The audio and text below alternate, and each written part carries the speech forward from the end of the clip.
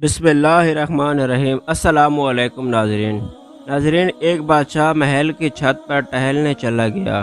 ٹہلتے ٹہلتے اس کی نظر محل کے نزدیک ایک گھر کی چھت پر پڑی، جس پر ایک بہت خوبصورت عورت کپڑے سکھا رہی تھی۔ بادشاہ نے اپنی باندی کو بلا کر پوچھا، یہ کس کی بیوی ہے؟ باندی نے کہا، بادشاہ سلامت، یہ آپ کے غلام فیروز کی بیوی ہے۔ بادشاہ نیچے اترا۔ بادشاہ پر اس عورت کے حسن و جمال کا سحر چھا گیا تھا۔ اس نے فیروز کو بلایا۔ فیروز حاضر ہوا تو بادشاہ نے کہا، فیروز، ہمارا ایک کام تم نے کرنا ہے۔ ہمارا یہ خط فلاں ملک کے بادشاہ کو دے کر آؤ، اور اس خط کا جواب بھی ان سے لے کر آنا۔ فیروز اس خط کو لے کر گھر واپس آ گیا۔ خط کو اپنے تکیے کے نیچے رکھ دیا۔ سفر کا سامان تیار کیا، رات گھر میں گزاری اور صبح منزل مقصود پر روانہ ہو گیا۔ وہ اس بات سے لا علم تھا کہ بادشاہ نے اس کے ساتھ کیا چال چلی ہے۔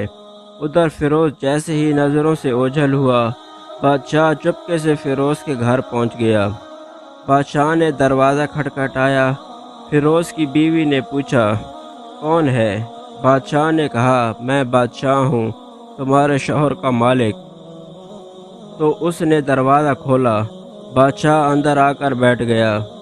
فیروز کی بیوی نے حیران ہو کر کہا، آج بادشاہ سلامت یہاں ہمارے غریب خانے میں؟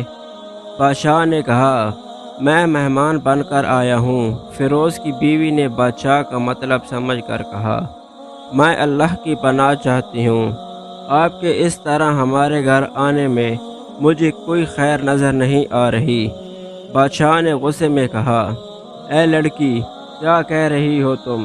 شاید تم نے مجھے پہچانا نہیں ہے، میں بادشاہ ہوں، تمہارے شوہر کا مالک۔ تو فیروز کی بیوی نے کہا، میں جانتی ہوں کہ آپ بادشاہ ہی ہیں، لیکن بزرگ کہہ کر گئے ہیں، شیر کو اگرچہ جتنی بھی بھوک لگی ہو لیکن کبھی بھی مردار تو نہیں کھاتا۔ اور کہاں بادشاہ سلامت تم اور اس کٹورے میں پانی پینے آ گئے ہو جس میں تمہارے کتے نے پانی پیا ہے۔ بادشاہ اس عورت کی باتوں سے بہت ہی شرمسار ہوا اور اس کو چھوڑ کر واپس چلا گیا۔ اپنے چپل وہیں بھول گیا۔ یہ تو سب بادشاہ کی طرف سے ہوا۔ اب فیروز کو آدھے راستے میں یاد آیا کہ جو خط بادشاہ نے اسے دیا تھا وہ تو گھر پر ہی چھوڑ آیا ہے۔ اس نے گھوڑے کو تیزی سے واپس موڑا اور اپنے گھر کی طرف چل پڑا۔ فیروز اپنے گھر پہنچا تو تکیے کے نیچے سے خط نکالتے وقت اس کی نظر پلنگ کے نیچے پڑے بادشاہ کے چپل پر پڑی، جو جلدی سے بادشاہ بھول گیا تھا۔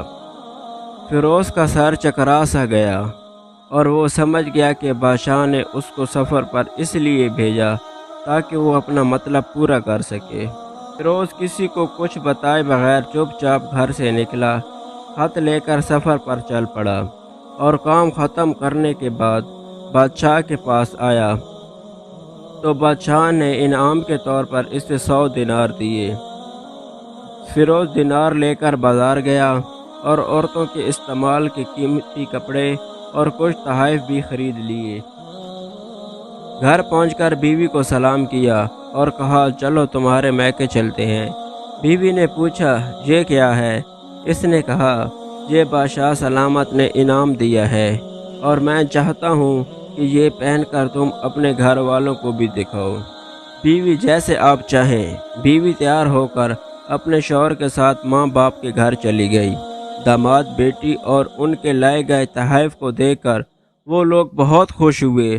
فیروز بیوی کو ادھر ہی چھوڑ کر گھر واپس آ گیا اور 1 مہینہ گزرنے کے باوجود نہ بیوی کا پوچھا اور نہ اسے واپس بلایا۔ پھر کچھ دن بعد اس کے سالے اس سے ملنے آئے اور اس سے پوچھا کہ آپ ہماری بہن سے ناراضگی کی وجہ بتائیں یا پھر ہم آپ کو قاضی کے سامنے پیش کر دیں گے۔ فیروز نے کہا، اگر تم چاہو تو قاضی سے بات کر سکتے ہو، لیکن میرے ذمے اس کا ایسا کوئی حق نہیں جو میں نے ادا نہ کیا ہو۔ وہ لوگ اپنا کیس لے کر قاضی کے پاس چلے گئے اور قاضی کو ساری بات بتائی۔ قاضی نے فیروز کو بلایا۔ قاضی اس وقت بادشاہ کے پاس بیٹھا ہوا تھا۔ لڑکی کے بھائیوں نے کہا، اللہ تعالیٰ بادشاہ سلامت اور قاضی صاحب کو قائم اور دائم رکھے۔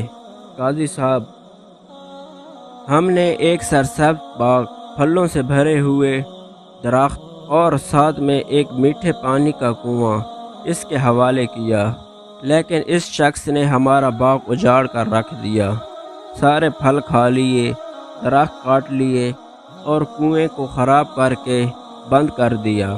قاضی فیروز کی طرف متوجہ ہوتے ہوئے، ہاں بھائی لڑکے، تم کیا کہتے ہو اس بارے میں؟ فیروز نے جواب دیا، قاضی صاحب، جو باغ مجھے دیا گیا تھا وہ اس سے بہتر حالت میں نے انہیں واپس کیا ہے۔ قاضی نے پوچھا، کیا اس نے باغ تمہارے حوالے ویسے ہی حالت میں کیا ہے جیسے پہلے تھا؟ انہوں نے کہا، ہاں ویسے ہی حالت میں واپس کیا ہے، لیکن ہم اس سے باغ واپس کرنے کی وجہ پوچھنا چاہتے ہیں۔ قاضی پھر فیروز سے مخاطب ہوا، ہاں فیروز، تم کیا کہنا چاہتے ہو اس بارے میں؟ فیروز نے کہا، قاضی صاحب، میں نے باغ کسی بغض یا نفرت کی وجہ سے نہیں چھوڑا، بلکہ اس لیے چھوڑا ہے کہ ایک دن میں اس باغ میں آیا تو میں نے شیر کے پنجوں کے نشان دیکھے، تو مجھے خوف سا ہوا کہ شیر مجھے بھی کھا نہ جائے، اس لیے شیر کے ڈر کی وجہ سے میں نے باغ میں جانا بند کر دیا۔ بادشاہ جو ٹیک لگائے یہ سب کچھ سن رہا تھا، اٹھ کر بیٹھ گیا اور کہنے لگا، فیروز، تم اپنے باغ کی طرف امن اور مطمئن ہو کر جاؤ، واللہ اس میں کوئی شک نہیں کہ شیر تمہارے باغ آیا تھا، لیکن وہ وہاں پر نہ تو کوئی اثر چھوڑ سکا اور نہ ہی کوئی پتا توڑ سکا اور نہ ہی کوئی پھل کھا سکا۔ وہ وہاں پر تھوڑی دیر رکا اور مایوس ہو کر واپس لوٹ گیا، اور خدا کی قسم، میں نے کبھی تمہارے جیسے باغ کے گرد لگی مضبوط دیواریں نہیں دیکھی۔ جب فیروز نے دیکھا کہ بادشاہ خدا کی قسم اٹھا رہا ہے تو اس نے یقین کر لیا اور اپنی بیوی کو لے کر گھر واپس آ گیا۔